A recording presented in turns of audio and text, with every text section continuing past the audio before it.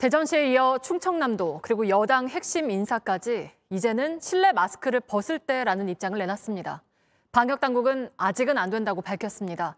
정부와 여권이 이렇게 서로 다른 입장을 성급하게 내놓는 게 혼란만 키울 수 있다는 지적도 나옵니다. 윤영탁 기자입니다.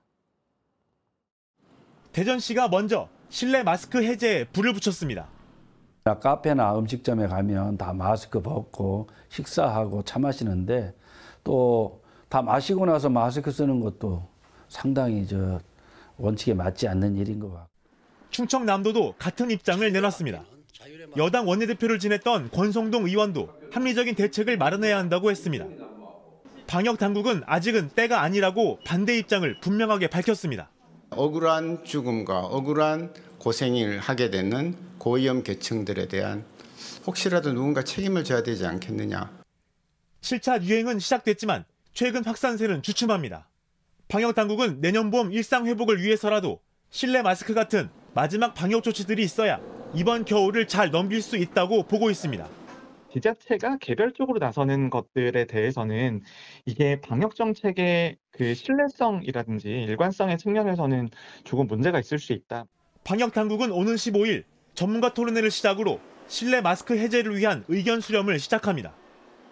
JTBC 윤영탁입니다. 언제쯤 실내에서도 마스크를 벗을지와 관련해서 정부가 구체적인 시점을 언급했습니다. 이달 중순부터 본격적으로 준비해서 다음 달 말쯤에 벗게 될 수도 있다고 했습니다. 정인아 기자가 취재했습니다. 2020년 11월 마스크 착용이 의무화됐습니다. 2년이 지났습니다. 그 사이 실외 마스크 착용 의무는 없어졌습니다. 코로나에 걸리면 일주일 격리하는 것과 실내에서 마스크를 쓰는 것.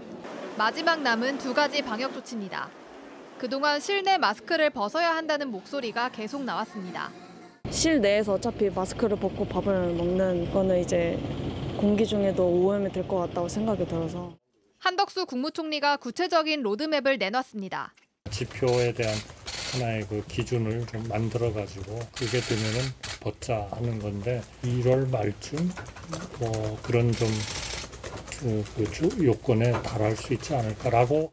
12월 중순에 방역 지표를 보고 미리 준비하겠다고도 했습니다. 다만 고위험 시설에서의 마스크 해제는 신중해야 한다는 지적이 나옵니다. 대중교통이라든지 의료시설이나 요양시설 같은 데서의 착용 의무는 유지가 되어야 된다라고 보고 있기 때문에 충분히 중간에 유연하게 풀어낼 수 있다고 생각을 합니다. 방역당국은 오는 15일 공개 토론회를 시작으로 본격적인 준비에 들어가기로 했습니다. JTBC 정인아입니다.